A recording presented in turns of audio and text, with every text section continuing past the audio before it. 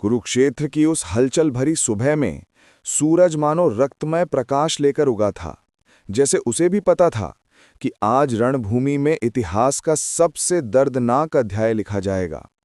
हवा में उठती धूल, दूर से आते रथों की खड़खड़ाहट और सैनिकों की अंतहीन कतारों के बीच एक युवा योद्धा शांत खड़ा था। अभिमन्यु, 16 वर्ष की वीरता का तेज, अर्जुन का पुत्र। लेकिन आज वो अपने पिता की छाया नहीं, बल्कि खुद एक प्रचंड अग्नि बना हुआ था। उसके मन में बार बार मां सुभद्रा की वही अधूरी कहानी गूंज रही थी। चक्रव्यूह में घुसने का मार्ग तो उसने गर्भ में ही समझ लिया था, पर उस कथा का अंतिम भाग, बाहर निकलने का रहस्य, उसके जन्म से पहले ही सुभद्रा की नींद में खो गया था। पर आज इस युद्ध भूमि पर खड़े होकर वो जानता था कि ज्ञान अधूरा हो सकता है, पर साहस नहीं। तभी दूर से धूल का एक विशाल घेरा उठता दिखाई दिया।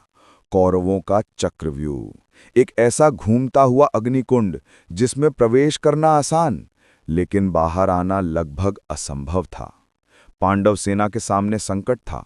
वह योद्धा जो चक्रव्यूह भेदना जानते थे, अर्जुन, भीम, द्रुपद, सभी किसी और दिशा में मोड़ दिए गए थे। पांडव सेना टूटती दिख रही थी। तभी अभिमन्यु ने बिना एक पल गंवाए घोषणा की कि वो चक्रव्यूह कब भेदेगा। उसके साथी आश्चर्य से उसे देखते रह गए। इतनी कम उम्र, इतना विशाल व्यू। पर युवावस्था का साहस पक्के योद्धाओं के अनुभव से भी बड़ी शक्ति रखता है। रथ पर सवार होते हुए उसने दूर से अपनी माता की आवाज जैसे फिर सुनी, तुम अंदर जाना सीख चुके हो पुत्र, अब बस धैर्य को अपना कवच बना लेना। धड़कते हुए दिल और दृढ़ संकल्प के साथ उसने रथ को दहाड़ते हुए उस घूमते नरक की ओर दौड़ा दिया। पहला द्वार उसने तूफान की गति से भेद दिया। दूसरा द्वार तलवार की एक ही चोट में टूटा। तीसरे द्वार पर शत्रुओं ने चारों तरफ से हमला किया, पर अभिमन्यु के प्रहार बिजली की तरह बरसते गए। चक्रव्यूह की हर परत जैसे उसके आगे स्वयं झुकती जा रही थी। कौरव सैनिक हक्का बक्का थे कि एक किशोर योद्धा इतने सहजता से व्यू के कोर तक पहुंच गया। भीतर प्रवेश करते ही युद्ध का रूप बदल गया। ये अब चारों दिशाओं से आने वाला अंधा तूफान था। तीरों की बरसात, रथों का गर्जन, गदाओं की चोटें। अभिमन्यु सबके बीच ऐसे लड़ा जैसे खुद रणदेवता उसका मार्गदर्शन कर रहे हों। उसने 3 अनुभवशील योद्धाओं को पल में गिरा दिया, 5 को रथों सहित चूर चूर कर दिया, और कौरव सेना का मध्य भाग खोखला होने लगा। पर जहां उसका साहस था, वहीं दूसरी तरफ शत्रुओं की कायरता बढ़ती जा रही थी। गुरु द्रोण ने देखा कि अकेला अभिमन्यु सेना को तोड़ रहा है, तो उन्होंने नियम तोड़ते हुए कई महारथियों को एक साथ उस पर हमला करने का आदेश दिया। कर्ण, अश्वत्थामा, कृपाचार्य, शल्य सब मिलकर उस एक युवा पर टूट पड़े। ये युद्ध का सबसे शर्मनाक क्षण था।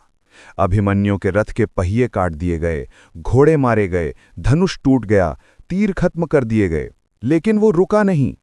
वो रथ से कूद कर जमीन पर आया, शत्रु की तलवार छीनकर फिर से कूद पड़ा, जैसे कोई बंधन उसे रोक नहीं सकता।